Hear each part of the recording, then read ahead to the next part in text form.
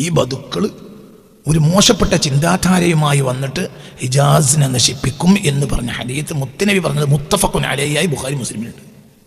അതുവരെ പറ്റിയ പറഞ്ഞത് ഇവർ ലോകാവസാനത്തിൻ്റെ അടയാളമാണ്, ഈ ബദുക്കൾ മരിക്കുന്നത് ലോകാവസാനത്തിൻ്റെ അടയാളമാണ് എന്നതിന് ഹദീത്ത് സ്വഹീഹുൽ ബുഖാരി മുസ്ലിമിൽ മുത്തഫഖുൻ അലൈഹി ഉണ്ട്. ഞാൻ കണ്ടിട്ടുണ്ട്, മിനിഞ്ഞാന്നും കണ്ടിട്ടുണ്ട്. അത് നിങ്ങൾ തപ്പിയിട്ട് കിട്ടൂല, കിട്ടാൻ സാധ്യത കുറവാണ്. ഇതിൻ്റെ കിബറല്ല, എൻ്റെ റബ്ബ് ഞാൻ അതിനു വേണ്ടി സമർപ്പിച്ചപ്പോൾ എൻ്റെ റബ്ബിനിക്ക് കാണിച്ചെന്നാൽ കൃത്യമാണ് വായന. നിങ്ങളെല്ലാം എല്ലാത്തിനും കാത്തു തീർക്കണ്ട, ചിലതൊക്കെ കഴിഞ്ഞിട്ടുണ്ടാവും. അള്ളാഹുക്ക് ലോകാവസാനത്തിൻ്റെ അടയാളങ്ങൾ പറയുന്നുണ്ട്. ഈ അടയാളങ്ങളെ നിങ്ങൾ വന്നിട്ടില്ലല്ലോ എന്ന് വിചാരിച്ചു തീർക്കണ്ട. ചില കാര്യങ്ങൾ നമ്മളെ മുന്നിൽ ഉണ്ടായിട്ടുണ്ടാവും, നമ്മളത് അടയാളമായി മനസ്സിലാക്കിയില്ല. കാരണം ലോകം കണ്ട അത്രയും വലിയ സാഹിത്യമാണ്. ആര് പറഞ്ഞത്? ഹബീബ് സല്ലല്ലാഹു അഫ്സഹുൽ അറബാണ്. അറബ് ലോകം കണ്ട ഏറ്റവും വലിയ സാഹിത്യകാരനാണ് ആര്? മുഹമ്മദ് മുസ്തഫ. അപ്പം എന്താണ് ആ പറഞ്ഞ ഓരോ വാക്കിന് 1000 കൊല്ലം വ്യാഖ്യാനിച്ചാൽ തീരാത്ത വാക്കാണ് ആര് പറഞ്ഞത്? പുന്നറസുലാണ്. ലോകത്തെ ഏറ്റവും കൂടുതൽ ചതിച്ചത്,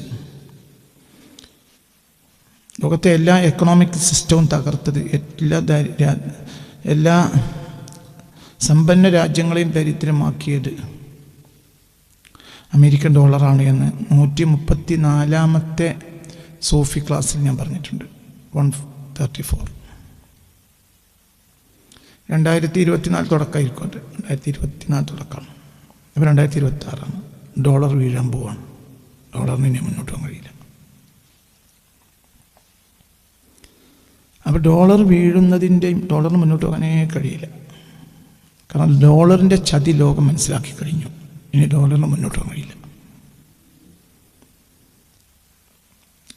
അതായത് ഒരു സാമ്പത്തികമായ ഒരു സ്ഥിരതയുടെ ഒരു സ്റ്റേബിളായൊരു സാമ്പത്തിക ഒരു കമ്മോഡിറ്റിയുടെ ബേസ്മെൻറ്റിൽ വന്നതല്ല ലോകത്തേക്ക് ഡോളർ. ഡോളർ മനുഷ്യരെ പറ്റിക്കാൻ വേണ്ടി അമേരിക്ക അടിച്ചുവിടുന്ന കാര്യമാണ്. ലോകത്തെ ഏറ്റവും കൂടുതൽ ഒരു രാജ്യത്തിൻ്റെ സ്റ്റെബിലിറ്റി എന്ന് പറയുന്നത് ആ രാജ്യത്തിൻ്റെ കയറ്റുമതിയെ ആശ്രയിച്ചിരിക്കും. ഇറക്കുമതി കൂടുതലുള്ള രാജ്യം ദരിദ്രമാവുകയും കയറ്റുമതി കൂടുതലുള്ള രാജ്യം സമ്പന്നമാവുകയും ചെയ്യും. അത് ബേസിക്കാണ്. ആർക്കത് മനസ്സിലാക്കാൻ കഴിയാത്തത്. നമ്മൾ ഉപ്പ് തൊട്ട് കൽപ്പൂരം വരെ വാങ്ങുന്ന വീടാണെങ്കിൽ അവർക്ക് തികയൂല. കുറഞ്ഞ സാധനം വാങ്ങാനുള്ളെങ്കിൽ അവർ അത്യാവശ്യം അധ്വാനിക്കുന്നവരാണെങ്കിൽ കുറഞ്ഞ സാധനം വാങ്ങേണ്ടുള്ളെങ്കിൽ, ഇനി അധ്വാനം ഇല്ലെങ്കിൽ പോലും അവർക്ക് എന്തോ ഉപ്പോ ഉണക്കമുളകോ ഓർത്തുനിന്ന് വാങ്ങേണ്ടോ മറ്റൊക്കെ പറമ്പിലുണ്ട് എങ്കിൽ അവരെ ദരിദ്രരാക്കാൻ ആർക്കോട്ട് കഴിയില്ല. ലോകത്ത് ഏറ്റവും കൂടുതൽ ഇറക്കുമതിയുള്ള രാജ്യങ്ങളിൽ മുമ്പത്തിയുള്ള രാജ്യം അമേരിക്കയാണ്. ലോകത്തെ ഏറ്റവും കയറ്റുമതി കുറഞ്ഞ രാജ്യവും അമേരിക്കയാണ്. ലോകത്തെ ഏറ്റവും കയറ്റുമതിയുള്ള രാജ്യങ്ങൾ ആഫ്രിക്കൻ രാജ്യങ്ങളാണ്. എന്നാൽ ലോകത്തെ ഏറ്റവും ദരിദ്ര രാജ്യങ്ങൾ ആഫ്രിക്കൻ രാജ്യങ്ങളാണ്. ഏറ്റവും കയറ്റുമതിയുള്ള രാജ്യങ്ങളാണ് ആഫ്രിക്കൻ രാജ്യങ്ങൾ. പക്ഷെ അവർ ഏറ്റവും ദരിദ്രരാണ്. ഇപ്പോൾ ഏഷ്യയിൽ തന്നെ ഏറ്റവും കയറ്റുമതിയുള്ള രാജ്യം ബംഗ്ലാദേശാണ്. എന്നാൽ ഏറ്റവും ദരിദ്രമായ രാജ്യവും ബംഗ്ലാദേശാണ്. ഇത് ചതിയാണ്. എക്കണോമിക്കൽ സിസ്റ്റത്തിൽ ഡോളർ കൊണ്ടുവന്ന ആധിപത്യമാണ്. അന്ന് ആ പറഞ്ഞത് ഇന്ന് വെളിവാകാൻ പോകുകയാണ്. അതെന്താ അങ്ങനെ പറയാൻ കാരണം? അങ്ങനെ പഠനം പഠിച്ചു. ഡോളറിനെ പറ്റിയുള്ള പഠനം. ഡോളർ ഒരു ചതിയാണ്. ഡോളർ ഒരു ചതിയാണ്. ഡോളറിനേക്കാൾ ബേസ്മെൻറ്റുള്ള ഒരു കറൻസി സത്യത്തിൽ ഢാക്ക ബംഗ്ലാദേശിൻ്റെ. പക്ഷെ അവർ ദരിദ്ര രാജ്യമാണ്. എന്ത് കാരണം? ഈ വൻകിട അമേരിക്കയെ പോലത്തെ രാജ്യങ്ങൾ സാധു രാജ്യങ്ങൾ ചതിക്കണം. അവർക്ക് ദാരിദ്ര്യത്തിൽ നിന്ന് കരകയറാനേ കഴിയില്ല. എന്നാൽ അവർ കയറ്റിവിടുന്ന ആ സമ്പത്തിന് കണക്കുമില്ല. ഒന്നും കയറ്റിവിടാത്ത രാജ്യമാണ് അമേരിക്ക. അവർ ഇറക്കുമതിയാണ് കൂടുതൽ, എന്നാൽ അവരുടെ സമ്പത്തിന് കൈയും കണക്കുമില്ല. എന്തുകൊണ്ട്? അത് ഡോളറിൻ്റെ ആധിപത്യമാണ്. ഇതൊരു ചതിയാണ്, വൻ ചതിയാണ്. വൻ ചതി എന്ന് പറഞ്ഞാൽ വൻ ചതിയാണ്. ഇങ്ങനെ മനുഷ്യരാശിയെ ചതിച്ച ഒരു രാജ്യം അമേരിക്ക പോലും ലോകത്തില്ല. അത് പഠിക്കണം. അപ്പം ഞാൻ ഈ പറയുന്ന ക്ലാസ്സുകൾ എന്ന് പറഞ്ഞാൽ വളരെ വലിയ പഠനങ്ങൾ ഇതിന് പിന്നിൽ നടക്കുന്നുണ്ട്. എന്നിട്ട് പറയാം. അപ്പോൾ നിങ്ങളെ ചിലപ്പോൾ ചില കാര്യങ്ങൾ നമ്മൾ വിചാരിക്കുന്നതിനെതിരായിരിക്കും ഞാൻ പറയാം. അങ്ങനെ ആണല്ലോ. അപ്പോൾ പഠിക്കുമ്പോൾ നമുക്ക് മനസ്സിലാകുന്ന കാര്യങ്ങൾ ഞാൻ തന്നെ പണ്ട് പറഞ്ഞതിനെതിരെ ഞാൻ പിന്നെ പറഞ്ഞിട്ടുണ്ട്. അന്ന് പഠിച്ചതിനേക്കാൾ പിന്നീട് പഠിച്ചു നോക്കി. ഇപ്പോൾ ദുൽഖർനൈനെ കുറിച്ച് ഞാൻ പണ്ട് പറഞ്ഞതല്ല ഇപ്പോൾ ഈ കൊല്ലം പറഞ്ഞത്. ആ കെട്ടിനെ പറ്റിയൊക്കെ പല പ്രസംഗങ്ങളും നടത്തിയിട്ടുണ്ട്. പക്ഷേ ഈ കൊല്ലം മാറി. എന്തുകൊണ്ട്? അതിൽ വിശദമായ പഠനങ്ങൾ വന്നു. ഇനിയും അതിൽ പഠിക്കാണ്ട്. ദുൽഖർനൈൻ ആരാണെന്ന് കണ്ടെത്താൻ കഴിയുന്നതാണ് ഇപ്പം എൻ്റെ വീക്ഷണം. ഒരു കൃത്യത മുഫസ്സിരിങ്ങൾ പറയുന്നില്ല. അത് മുഫസ്സിരിങ്ങളെ കഴിവുകേടല്ല, അന്നതിൻ്റെ ആവശ്യമില്ല. ഇൻഷാ അല്ലാഹ് റബ്ബിൻ്റെ സഹായമുണ്ടെങ്കിൽ ഞാൻ വളരെ താമസിയാതെ ദുൽഖർനൈൻ്റെ കാലവും സമയവും ആ വ്യക്തിയും കണ്ടെത്തും ഇൻഷാ അല്ലാഹ്. ഞാനതിന് വളരെ കഠിനമായ ശ്രമത്തിലാണ്. അപ്പോൾ കണ്ടെത്താൻ കഴിയും ഇൻഷാ അല്ലാഹ്. ഞാൻ അതിൻ്റെ ചില എന്താ പറയുക, പുക കിട്ടിയിട്ടുണ്ട്.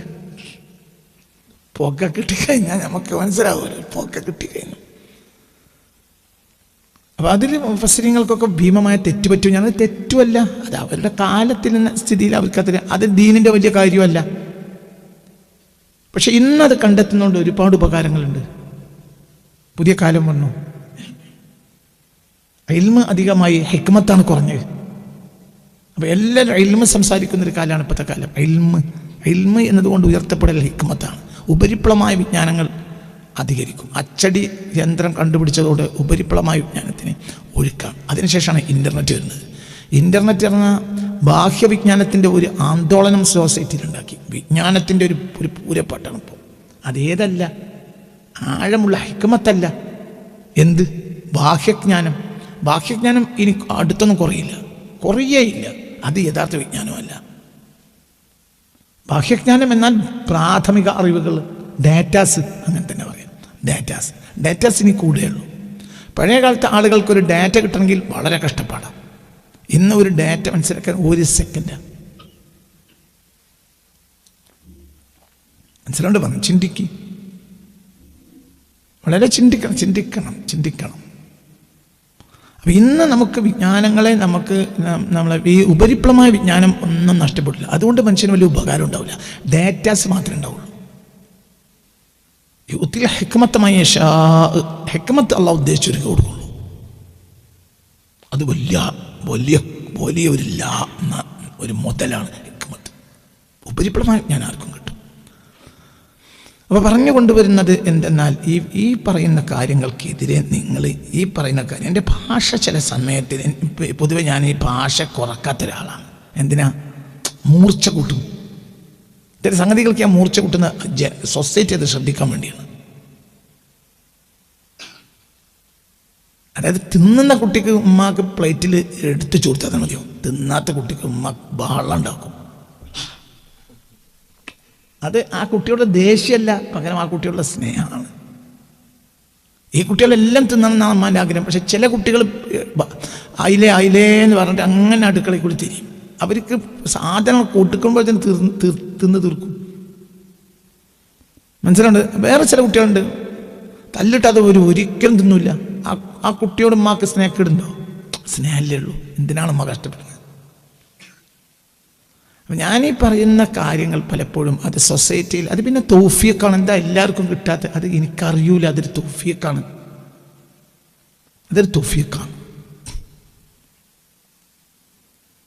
നമ്മൾ ഈ ഉദാഹരണം പറയാം. ഞാനിപ്പോൾ അൽ-കഹ്ഫിൽ അവസാനത്തെ ആയത്, ആ അൽ-കഹ്ഫ് നിങ്ങൾക്ക് മൊത്തത്തിൽ ഞാൻ കാണിച്ചു തന്നു. അങ്ങനെ നിങ്ങളൊരു തഫ്സീറിലും കണ്ടെത്തൂല. ഒരു തഫ്സീറിനും അത് തരുമല്ല. എന്തുകൊണ്ട്? അത് അഹ്ലു സുന്നയുടെ അടിത്തറയിൽ നിന്നിട്ടാണ് ഞാൻ ആ തഫ്സീർ പറയുന്നത്.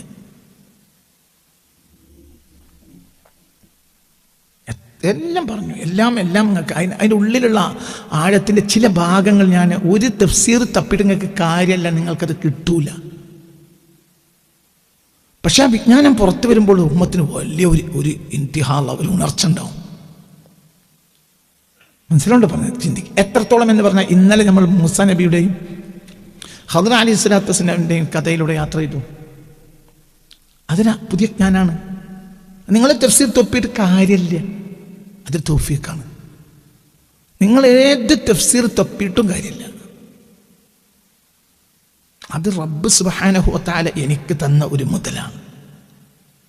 എന്നാൽ ഒരിക്കലും അത് ഉമ്മത്തിനെതിരല്ല, അത് തഫ്സീറിൻ്റെ ഉസൂലിനെതിരല്ല.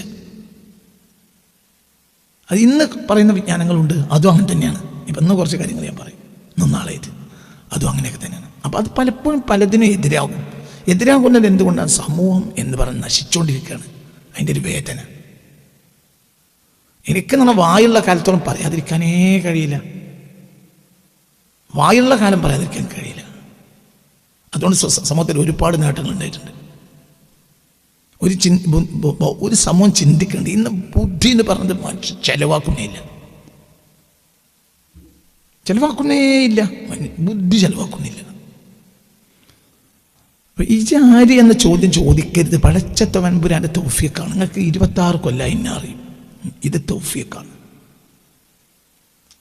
ആ തൗഫീഖ് എത്ര നിനക്കറിയില്ല. ഇന്ന് രാവിലെയും തൗഫീഖുണ്ട്, നാളുണ്ടോ നിനക്കറിയില്ല. അതിൻ്റെ പേര് ഞാൻ അഹങ്കരിക്കണമില്ല. ഇത് എൻ്റെ മുതലല്ല, എൻ്റെ റബ്ബിൻ്റെ തൗഫീഖാണ്. ചില വിവരങ്ങൾ ഞാനും നിങ്ങളും കേൾക്കുന്നതിൻ്റെ ഇടയിൽ 1 സെക്കൻഡ് മാത്രമേ ഉണ്ടാവുള്ളൂ. അതായത് അപ്പോൾ ആ ആയത്തിന് ആ അർത്ഥം അങ്ങനെ ഞാൻ പഠിച്ചിട്ടുണ്ടാവില്ല. നിങ്ങളെ മുന്നിൽ പറഞ്ഞു കൊണ്ടുവരുമ്പോൾ എനിക്കത് തെളിഞ്ഞു കിട്ടും. അപ്പം ഞാനത് പറയും. അപ്പം ഞാൻ ഈ വിവരം പറയുന്നതിൻ്റെയും ഞാൻ അറിയുന്നതിൻ്റെയും ഇടയിൽ 1 സെക്കൻഡ് ഇരിക്കും. 1 സെക്കൻഡ് അത്ര ഉണ്ടാവുള്ളൂ.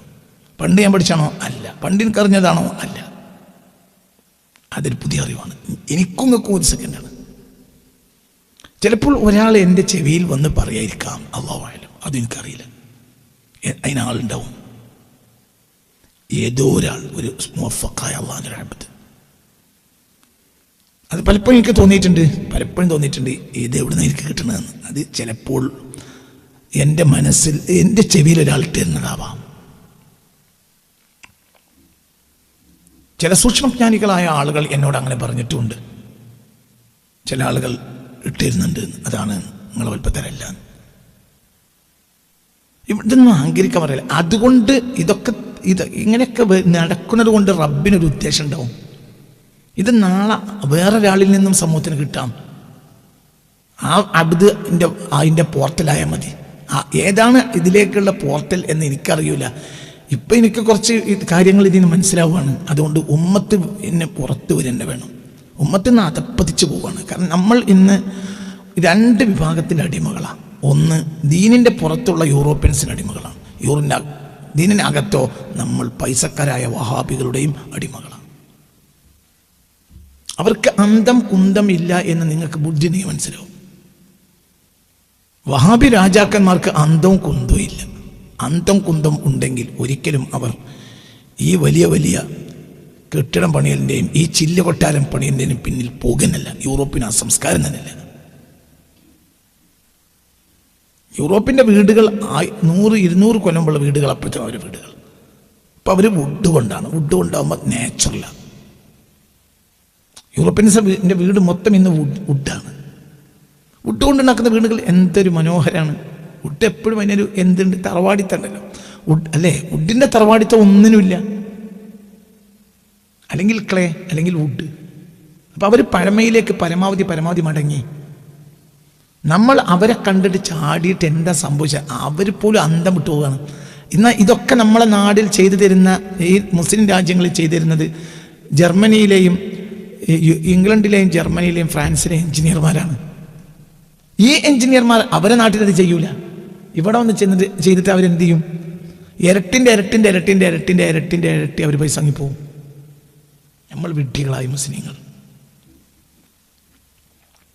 ഇപ്പം ഈ 1.25 നൂറ്റാണ്ടായി ഖുർആനിൽ ഒരു ഗവേഷണം നടന്നിട്ടില്ല. ഒരു ഗവേഷണം നടന്നെന്ന് ഒരാൾ തെളിയിക്കാൻ കഴിയില്ല. ഈ 1.25 നൂറ്റാണ്ടായി മുസ്ലിം ലോകം ഖുർആനിൽ ഒരു ഗവേഷണം നടത്തിയില്ല. പണ്ഡിതന്മാരെ പ്രോത്സാഹിപ്പിച്ചാൽ ഗവേഷണം നടക്കും. പണ്ഡിതന്മാരെ പ്രോത്സാഹിപ്പിക്കുക എന്തുകൊണ്ട്? ഇപ്പോൾ കൂടുതൽ സത്യങ്ങളെ കണ്ടെത്തിയിട്ട് എല്ലാ കാലത്തും ഇത് അവസാനിക്കില്ലല്ലോ.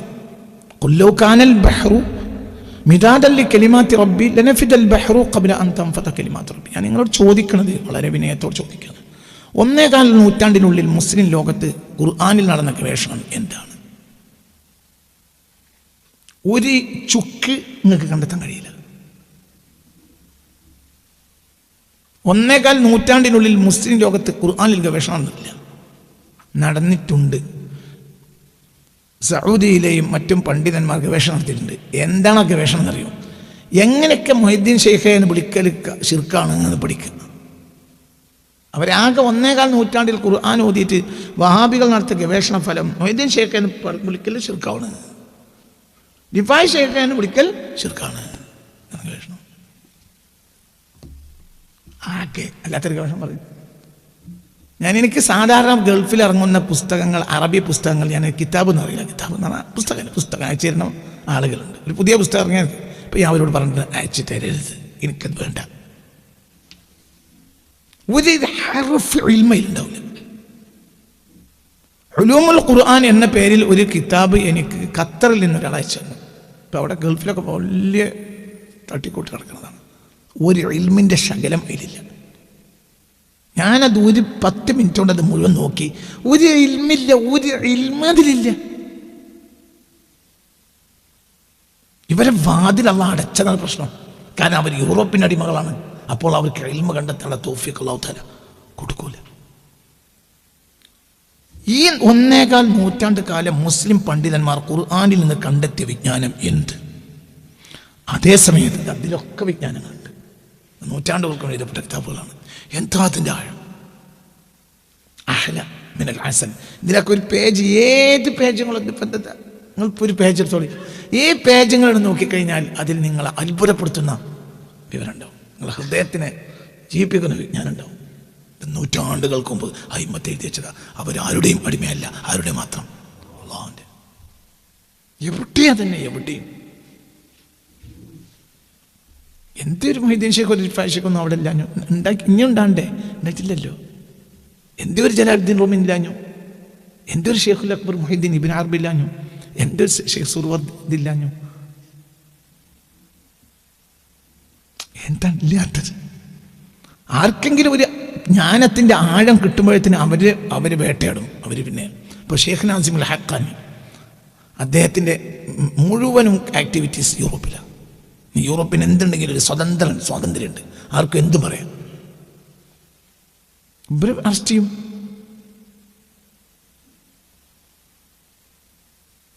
ഇത് നിങ്ങൾ ചിന്തിക്കുക. എന്തുകൊണ്ട് ഒരു വിജ്ഞാനം ഇത് കണ്ടെത്താൻ അവർ ഒരു ഫ്രെയിം വരച്ചു കൊടുത്തിട്ടുണ്ട്. ആ ഫ്രെയിമിനപ്പുറം ഒരു പണ്ഡിതനെ ഫ്രെയിം വരച്ചു കൊടുക്കരുത്. ഞാൻ പണ്ഡിതനല്ല, പക്ഷെ ഞാൻ ഗവേഷണം ചെയ്യുന്ന ആളാണ്. ഞാൻ എന്നെ ഗവേഷകൻ എന്ന് പോലും പറയുന്നില്ല. ഒരു ഗവേഷണം ചെയ്യുന്ന ആൾ എന്ന് പറഞ്ഞാൽ നിങ്ങൾ. അപ്പോൾ ഇന്നൊക്കെ നിങ്ങൾ വേലി കെട്ടരുത്. അങ്ങനെ വേലി കെട്ടിയാൽ ഒരു വിജ്ഞാനം കിട്ടൂല. അതിൻ്റെതൊരു തൗഫീഖാണ്. ഈ തൗഫീഖിന് ഒരു പ്രോത്സാഹനം ഉണ്ടെങ്കിൽ എന്തൊക്കെ ഉണ്ടാവും. വഹാബിയത്ത് ലോകത്ത് കൂട്ടിയ തിന്മകളെ കുറിച്ച് 22 പ്രഭാഷണം നടത്തിയിട്ട് 50 പൈസ ഒരാൾ ഒരു കാലിച്ചായ വാങ്ങിയിട്ടില്ല, തന്നിട്ടില്ല. അത് കാലിച്ചായ തന്നാൽ ഒരു തീരുന്ന കാര്യമല്ല. ഒരു ജ്ഞാനപീഠം അവാർഡ് എനിക്ക് 4 വട്ടം തരാൻ മാത്രമുള്ള പണിയൊക്കെ പഠിച്ചവനെ കൊണ്ട് ചെയ്യിപ്പിച്ചിട്ടുണ്ട്. നിങ്ങൾ ആരെങ്കിലും ഒരു തോർത്തുമുണ്ട് 15 റുപ്യൻ്റെ ഒരു തോർത്തുമുണ്ട് പീടിന്ന് വാങ്ങിയിട്ട് എൻ്റെ തോൾ കൂടി ഇട്ടിട്ട് തന്നിട്ടില്ല. തരാൻ വേണ്ടി പറയല്ല. ഇതാണ് നിങ്ങളുടെ നിലപാടെങ്കിൽ ഈ ഉമ്മത്തെങ്ങനെ ഞാൻ മുന്നോട്ട് പോകും. എനിക്കത് ആവശ്യമില്ല. നിങ്ങൾ പറഞ്ഞു, ഒന്നും കൂടി ഞാൻ പറഞ്ഞു, അരക്കായ്ക്ക് പറ്റാത്തവരെ നിങ്ങൾ അവാർഡ് കൊടുക്കും. ഒരു അരക്കായ് പറ്റില്ല. നിങ്ങൾ ജ്ഞാനപീഠം അവാർഡ് 4 തവണ 10 തവണ തരേണ്ട പണി ഞാൻ ഈ 26 കൊല്ലത്തിനുള്ളിൽ ഈ ഉമ്മത്തിന് മുന്നിൽ സമർപ്പിച്ചിട്ടുണ്ട്. ഇത് അറിയാത്ത ഒരാളോടെ ഇല്ല. എന്നാൽ 15 റുപ്യ മതി എന്തിന്? ഒരു തോർത്തുമുണ്ടിന് പൊന്നാടയിൽ പൊന്നില്ല, പൊന്നിൽ പൊന്നാടിയില്ല. തോർത്തുമുണ്ട് 25 റുപ്യ. ഇപ്പൊ എത്ര? 30-40. ഒരു തോർത്തുമുണ്ടിന് 30 റുപ്യ. 30 റുപ്യ കൊടുത്തിട്ട് കുറച്ച് മൂല്യന്മാർ കൂടിയിട്ട് എൻ്റെ തോൾ കൂടി ഒരു തോർത്തുമുണ്ടാണ് ഇട്ടിട്ട് എന്താ പറയാ, പൊന്നാടാണ് ഈ ചോറി. ഉണ്ടായിട്ടില്ല. ഈ നൂറ്റാണ്ടിൽ ആ 22 പ്രഭാഷണം പോലത്തെ പ്രഭാഷണം ഈ നൂറ്റാണ്ടിൽ നടന്നിട്ടില്ല. അതൊരു ഗവേഷണമാണ്. അതിൻ്റെ പേരിൽ അധ്വാനത്തിന് കൈ കണക്കില്ല, കിട്ടിയ ചീത്തക്കും കൈ കണക്കില്ല. എനിക്ക് പ്രശ്നമില്ല. എനിക്ക് അല്ലാഹു സുബ്ഹാനഹു ചില ശക്തി തന്നിട്ടുണ്ട്. എനിക്ക് പ്രശ്നമില്ല. പക്ഷെ ഇനി എങ്ങനെ സമൂഹം മുന്നോട്ട് പോകും? ഇതാണ് നമ്മളെ നയെങ്കിൽ ഇത്തരം കാര്യങ്ങൾ അറിഞ്ഞ് പഠിക്കില്ലല്ലോ. സമൂഹം പഠിക്കണ്ടേ? ഇത് അവസാനിക്കില്ലല്ലോ. ഇത് ബഹ്റിൻ്റെയും അപ്പുറത്തല്ലേ പറയും. ഇത് ബഹറിൻ്റെ അപ്പുറത്താണെങ്കിൽ ഇത് നമ്മൾ മനസ്സിലാക്കേണ്ടത് എന്താ? എത്ര ഇതിൽ നിന്ന് പഠിച്ചാലും തീരൂല. 1.25 നൂറ്റാണ്ട് കാലം എന്താണ് ഇതിൽ നിന്ന് ഈ മുസ്ലിങ്ങൾ പഠിച്ച്? മൊയ്തീൻ ശേഖരന് പറയാൻ പാടുണ്ട് എന്നൊരു കൂട്ടർ, പാടില്ല എന്നൊരു കൂട്ടർ. പാടില്ല എന്നുള്ളൊരു പയ കുറിപ്പാത്ത് പോയി കഴിയുന്നത്, പാടുണ്ട് എന്ന് അറിയുന്നവർ. ഞാൻ മൊയ്തീൻ ശേഖരനൊക്കെ പറയാ, അതിനെന്താ മറ്റേ ഇമാമ് പറഞ്ഞു, മറിച്ച ഇമാമ് പറഞ്ഞു. ഓരോ ഇമാമിനെ അംഗീകരിക്കൂല.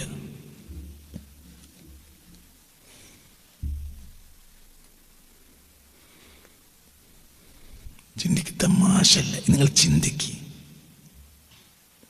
കൊണ്ടോട്ടിക്കാരിൽ അവൻ്റെ മേലെ ഭാഗത്തുള്ള ഒരു കൂട്ടർ ഈ കഴിഞ്ഞ റബീഉൽ അവ്വലിൽ എന്നൊരു പ്രസംഗത്തിൽ ക്ഷണിച്ചു. ഒരു 3 ദിവസം റസൂലുള്ളാഹിൻ്റെ മദ്ഹ് പറഞ്ഞു തരുന്നത് വിളിച്ചു. റസൂലുള്ളാഹിൻ്റെ മൗലിദ് നടത്തലിൻ്റെ അനിവാര്യത കൃത്യം ആയത്തല്ലാത്തൊരൊറ്റ അക്ഷരയിൽ പറഞ്ഞില്ല. 3 ദിവസമാണ് പ്രസംഗം. അത് തൗഫീഖാണ്, എൻ്റെ അല്പത്തരല്ല. ഏതൊരാൾ എനിക്ക് പറഞ്ഞു തരികയാണ്, എനിക്കറിയില്ല. ആളെ മാഷറെന്ന് കാണാൻ ഞാൻ വിചാരിക്കുന്നത്. ഇത് സത്യം കേട്ടോ, എൻ്റെ ഉൽപ്പത്തരയല്ല, എൻ്റെ ചെവിയിൽ ഒരാൾ പറഞ്ഞു തരികയാണ്.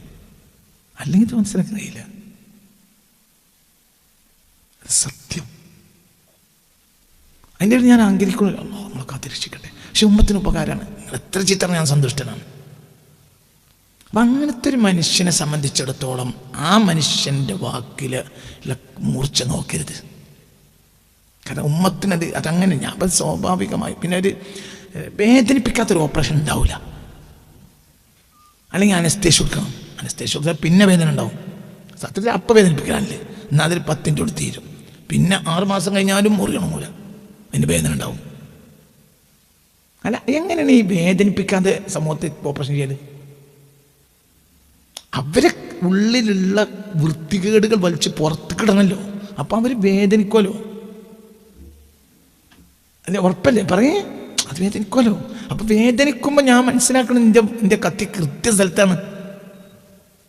അത് തൗഫീഖാണ്. നിങ്ങൾ വേദനിപ്പിച്ച എനിക്ക് വിഷയമല്ല. ഞാനിത് എനിക്ക് വേണ്ടി പറയല്ല.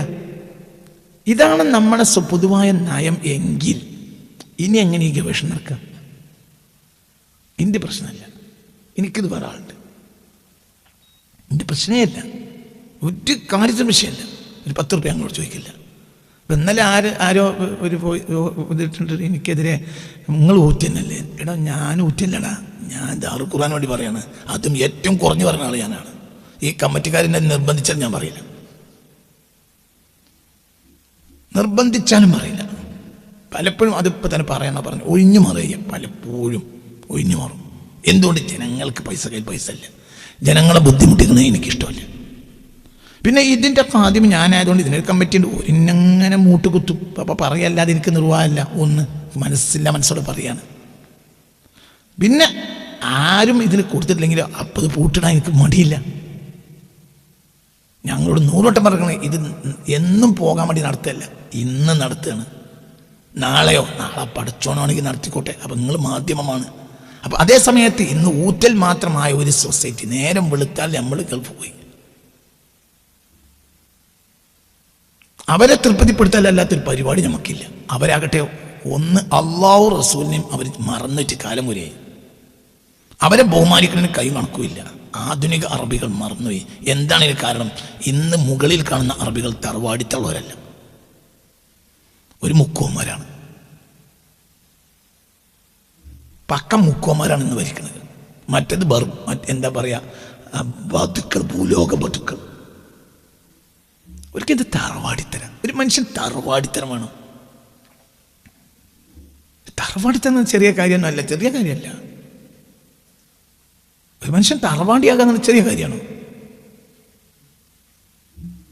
ചെറിയ കാര്യമല്ല. തറവാടിത്തരം വലിയ കാര്യം തന്നെ. ആ വ്യക്തിക്ക് ശരിയും തെറ്റൊക്കെ സംഭവിക്കും. പക്ഷെ തറവാടിത്തരാണ്.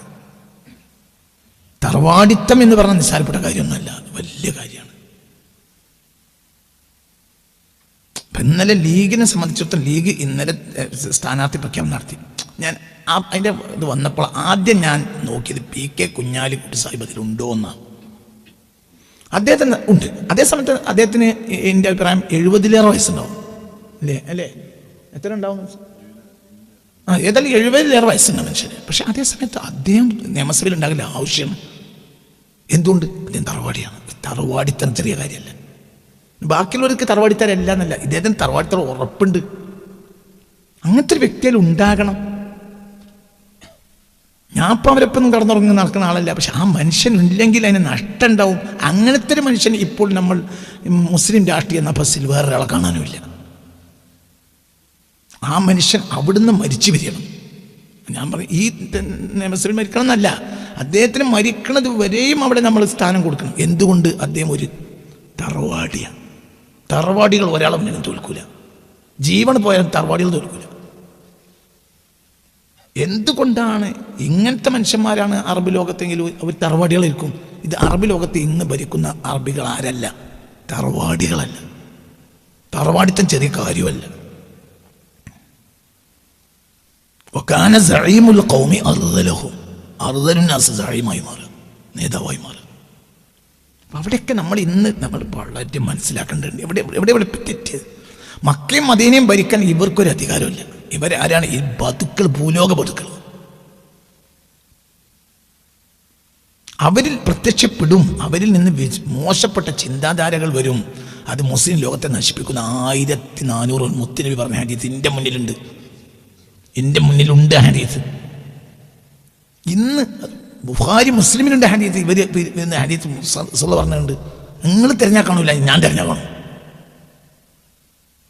ഹദീസ് എവിടെയെന്ന് നിങ്ങൾ എന്നോട് ചോദിക്കണ്ട, ഞാൻ തിരഞ്ഞാൽ കാണും. അത് പറഞ്ഞതിന് തീരുമാനം ഉണ്ടാക്കി, എന്നിട്ട് ഞാൻ അടുത്ത് പറയുന്നുള്ളൂ.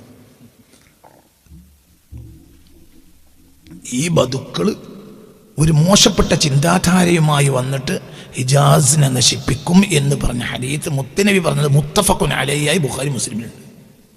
അതുവരെ പറ്റിയാണ് പറഞ്ഞത്. ഇവർ ലോകാവസാനത്തിൻ്റെ അടയാളമാണ്.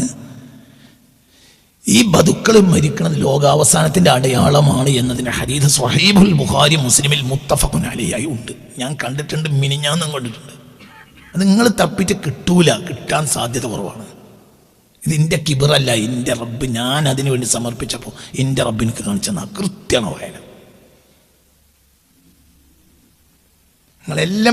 എല്ലാത്തിനും കാത്തു തീർക്കണ്ട, ചിലതൊക്കെ കഴിഞ്ഞിട്ടുണ്ടാവും. അള്ളാഹുക്ക് ലോകാവസാനത്തിൻ്റെ അടയാളങ്ങൾ പറയുന്നുണ്ട്. ഈ അടയാളങ്ങളെ നിങ്ങൾ വന്നിട്ടില്ലല്ലോ എന്ന് വിചാരിച്ചു തീർക്കണ്ട. ചില കാര്യങ്ങൾ നമ്മളെ മുന്നിൽ ഉണ്ടായിട്ടുണ്ടാവും, നമ്മളത് അടയാളമായി മനസ്സിലാക്കിയില്ല. കാരണം ലോകം കണ്ട അത്രയും വലിയ സാഹിത്യമാണ്. ആര് പറഞ്ഞത്? ഹബീബ് സല്ലല്ലാഹു അറബാണ്. അറബ് ലോകം കണ്ട ഏറ്റവും വലിയ സാഹിത്യകാരനാണ് ആര്? മുഹമ്മദ് മുസ്തഫ. എന്താണ് ആ പറഞ്ഞ ഓരോ വാക്കിന് 1000 കൊല്ലം വ്യാഖ്യാനിച്ചാൽ തീരാത്ത വാക്കാണ് ആര് പറഞ്ഞത്? പുണ്യറസൂലാണ്. അതിന് നിങ്ങൾ ഈ ലോക്കൽ അറബികൾ വെക്കണ വായന മാനേജിച്ചിട്ട് കാര്യമില്ല. ഇപ്പം ഈ ഖുർആൻ എന്ന അള്ളാഹിൻ്റെ കലാമാണ്. നിങ്ങളതിനെ പരിഭാഷിച്ചിട്ട് കാര്യമില്ല. ചിലപ്പോൾ ഭാഷയിൽ നിന്ന് തപ്പണം, ചിലപ്പോൾ ഭാഷൻ്റെ പുറത്ത് തപ്പണം. ചിലത് ഭാഷ ഭിന്നമായിരിക്കും, ഭാഷയിൽ തന്നെ കിട്ടും. ചിലപ്പോൾ ഭാഷയിൽ നിന്ന് കിട്ടും. ചില ഭാഷയും ആശയം തമ്മിൽ പ്രത്യക്ഷ ബന്ധം ഉണ്ടാവില്ല. അവിടുന്ന് ചെറിയൊരു നൂലേ ഉണ്ടാവുള്ളൂ. അത് തപ്പിപ്പോയാൽ ഭയങ്കര ആഴം കിട്ടും. റബ്ബിൻ്റെ കലാമ. ഈ ലോകത്ത് അവസാനിക്കണവരെയുള്ള ഇതിലുണ്ട്. ഞാൻ വിനയത്തോടുകൂടെ നിങ്ങളോട് പറഞ്ഞു, ഇതിൽ കഴിഞ്ഞ് ഇറങ്ങിക്കഴിഞ്ഞാൽ പിന്നെ ഞങ്ങൾ പോലത്തെ മനുഷ്യനുമാണ്. സത്യം അങ്ങനെയാണ്. എൻ്റെ ചങ്ങായിമാർ എന്നെ കാണുന്നവരൊക്കെ പറയാം, ഒരു പാവ മനുഷ്യൻ എന്നാ പറയാ. സത്യം പാവാണ്. ഇവിടെ നിന്ന് ഞാൻ എൻ്റെ സ്വഭാവം മാറും ചെയ്യും. ഞാനല്ല എൻ്റെ ആള്. എന്നെ അറിയുന്നവർക്കൊക്കെ അറിയാം ഞാനൊരു പച്ചപ്പാവം പോയത്തക്കാരനാണ്. ഈ ലോകത്ത് മൂസക്കുട്ടിയെ പറഞ്ഞ സത്യം, ഈ ദുനിയാവിൽ ആർക്കും പറ്റിക്കണമെങ്കിലും എൻ്റെ തൊന്നോടി ഇന്നെ പറ്റിക്കൊല്ലുന്ന പോലെ എളുപ്പത്തിൽ ഈ ലോകത്ത് ആർക്കും നിങ്ങളെ പറ്റിക്കാം, ആരും നിങ്ങൾ പറ്റിക്കാൻ കഴിയില്ല. ഞാൻ അത്രയും പറ്റിക്കാൻ പറ്റിയ ആളാണ്. അതേസമയത്ത് ഇവിടെ ഇരിക്കുമ്പോൾ സ്വഭാവം മാറും. പിന്നെ നമ്മൾ ഒന്നും നോക്കൂല. അത് നോക്കാൻ പാടില്ല. അല്ലാഹു സുബ്ഹാനഹു തൗഫീഖാണ്. എൻ്റെ ബാപ്പ 2018 മരിച്ചു. വാപ്പ ചില സന്ദർഭത്തിൽ നാട്ടിൽ വിഷയം ഉണ്ടായ, ഞാൻ എന്തെങ്കിലും പറഞ്ഞ വിഷയം ഉണ്ടായ ബാപ്പനോട് പറഞ്ഞു, എന്തിനായി ഇതൊക്കെ പറയുന്നത്? അപ്പം ഞാൻ ബാപ്പനോട് പറയും, നിങ്ങളതിലിടപെടണ്ട, അത് പറയല്ല, നിനക്ക് നിർവാഹമില്ല.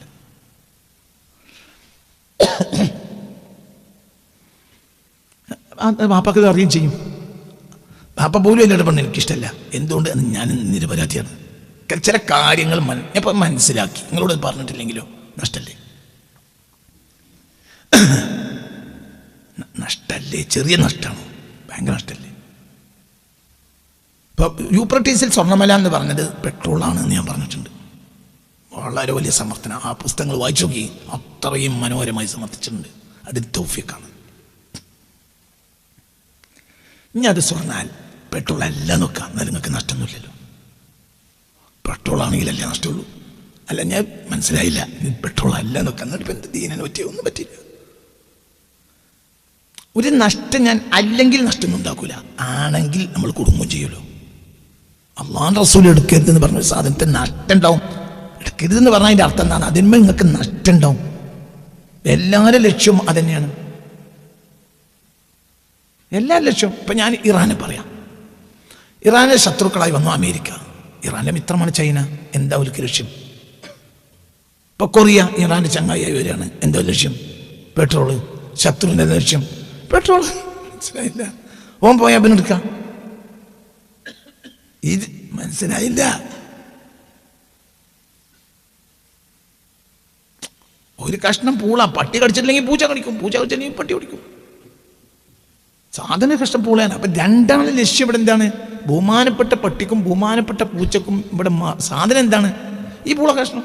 പട്ടി കടിച്ചിട്ടില്ലെങ്കിൽ പൂച്ച കടിക്കും, പൂച്ച കടിച്ചില്ലെങ്കിൽ പട്ടി കടിക്കും. അപ്പൊ ചൈനയും കൊറിയൊക്കെ ചങ്ങായിമാരായി വരികയാണ്. ഇപ്പൊ നിങ്ങൾക്ക് തോന്നുന്നുണ്ടോ ചൈന റളിയല്ലാഹു അൻഹു, കൊറിയ റളിയല്ലാഹു അൻഹു? അല്ലടോ, ഇവർക്ക് എന്താ തീർത്താലും തീരാത്ത പെട്രോൾ എവിടെ ഉണ്ട്?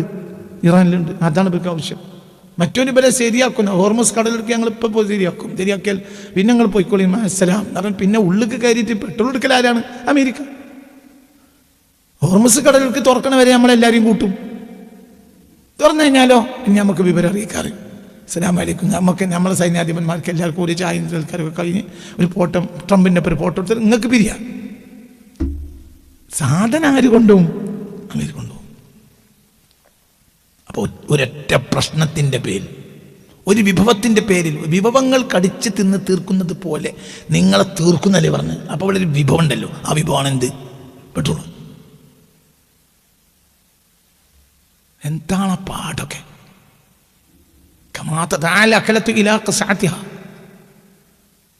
തളികയിൽ വെച്ച ഭക്ഷണത്തിനെ തീർക്കുമ്പോൾ തീർക്കും. അപ്പോൾ ഒരു സാധനം ഇവിടെ ഉണ്ട്. എന്ത്? ഒരു സാധനം ഉണ്ട്. അതെന്താ? പെട്രോളാണ്. അതിൻ്റെ പേരിൽ നിങ്ങൾ തീർക്കും. അത് പിന്നെ പെട്രോൾ അല്ല. ഇപ്പോൾ ഓരോരുത്തരും ഗവേഷണം നടത്തുന്ന കാസിമി പറഞ്ഞ് തെറ്റാണേ, അത് സ്വർണം തന്നെ ആകണേ എന്നൊക്കെ ഭയങ്കര. ഇക്കൊല്ലം പല കോളേജുകളിലും ലെക്ചർമാർ സ്വർണം എന്ന് പറഞ്ഞാൽ സ്വർണം തന്നെയാണ്ടേ, അതെങ്ങനെ പെട്രോളാണ് എന്ന് പ്രസംഗിച്ച ലെക്ചർമാർ കോളേജുകളിലുണ്ട്. വലിയ വലിയ ബഹുമാനപ്പെട്ട സ്ഥാപനങ്ങളിലെ പെട്രോളും ഉസ്താദുമാർ അത് പ്രസംഗിച്ചു, ലെക്ചർ ചെയ്തു എന്നുള്ളത് ആ ക്ലാസ്സിലെ കുട്ടികളിനോടൊന്ന് പറഞ്ഞിട്ടുണ്ട്. കാശ്മീരുടെ ഗവേഷണം കാട് കയറിയതാണ്, അത് സ്വർണ്ണം എന്നാൽ പിന്നെ എനിക്ക് പെട്രോൾ തന്നെ പറഞ്ഞാൽ പോരെ, സ്വർണ്ണം എന്തിനെ പറഞ്ഞു എന്നൊക്കെ പറയുന്നുണ്ട്. ആയിക്കോട്ടെ, കുഴപ്പമില്ല. അപ്പം ഇനി ഇന്ത്യ ഗവേഷണം തെറ്റി, ലോകത്തിന് നഷ്ടമല്ല. നിങ്ങൾ പഴയ സ്വർണ്ണം വന്നിട്ട് നിങ്ങൾ തിന്നോളി, എടുത്തോളി, എനിക്ക് പ്രശ്നം. അല്ല, ഇത് പെട്രോൾ ആണെങ്കിലല്ലേ നമ്മൾ കൊടുക്കുള്ളൂ. പെട്രോൾ അല്ലെങ്കിൽ നമ്മൾ കൊടുക്കുക പറയാം, അത്രയല്ലേ ഉള്ളൂ. അങ്ങനെ കാസിമി പറഞ്ഞോക്കടെ തെറ്റി.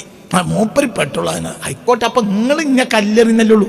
അത് നിങ്ങൾ പണ്ടേ എറിയുന്നല്ലേ, നിങ്ങളെ പണി തന്നെ കല്ലെറിയല്ലേ. അപ്പോൾ ഒരു പുതിയ പണിയൊന്നും അല്ലല്ലോ. അതേസമയത്ത് പെട്രോളാണ് നബിയ പറഞ്ഞെങ്കിൽ നമ്മൾ കുടുങ്ങിയില്ലേ? എന്താണ് മനസ്സിലാക്കാത്തത്?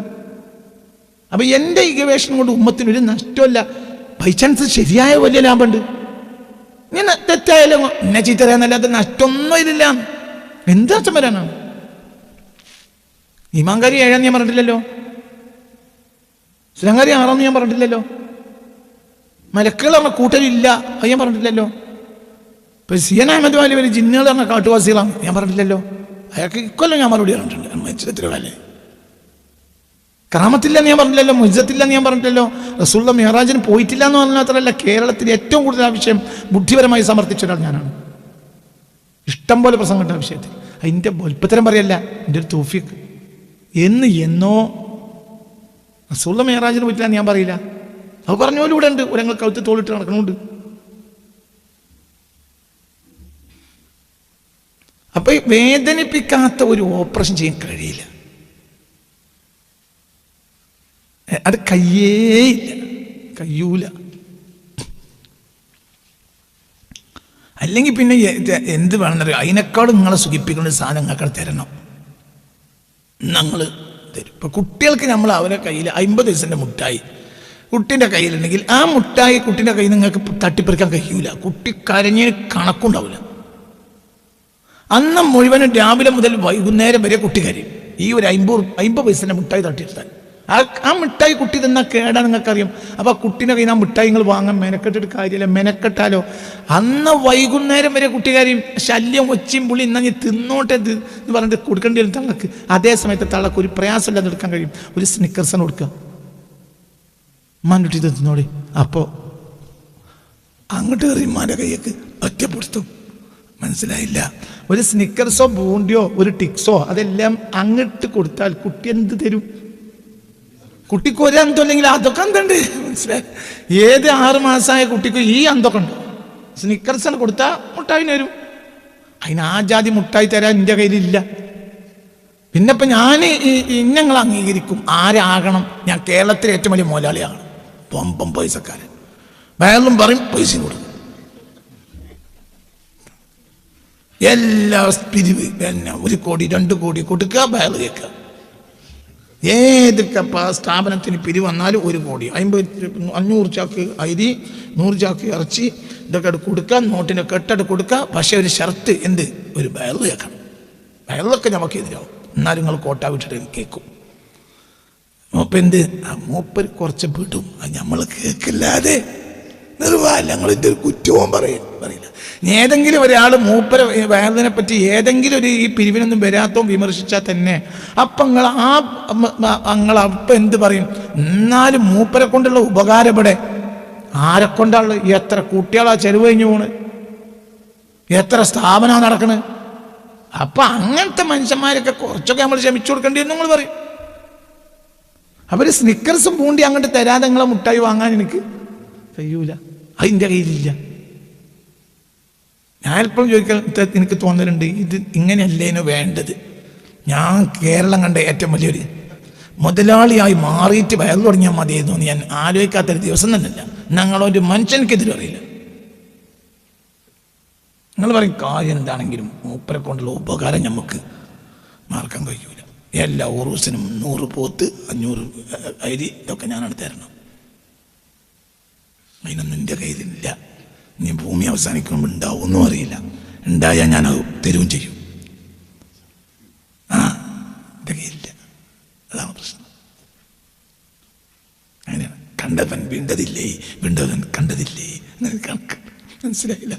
കണ്ടവൻ വീണ്ടതില്ലേ, വീണ്ടവൻ കണ്ടതില്ലേ. വീണ്ടപ്പോൾ കണ്ടില്ല, നമുക്കൊന്നുമില്ല. അതാണ് കണക്കാണ്. കണ്ടവൻ വീണ്ടതില്ലേ, വീണ്ടവൻ കണ്ടതില്ലേ. നമ്മൾ വീണ്ടും പക്ഷെ കണ്ടില്ല. കണ്ടോന്നുണ്ട്, നിങ്ങൾ തരുന്നവനൊക്കെ ഉണ്ട്, മനസ്സിലായില്ലേ? പക്ഷെ ഓനെന്തില്ല. കണ്ടവൻ വീണ്ടതില്ലേ, വീണ്ടവൻ കണ്ടതില്ലേ. നമ്മൾ വീണ്ടതാണ് പക്ഷെ കണ്ടതല്ല. അത്രേ പറയാൻ മതി. അപ്പം നിങ്ങൾ ചിന്തിക്കണം. അതുപോലെ ഒരു ക്ലാസ്സാണ് ഇന്നത്തെ ക്ലാസ്.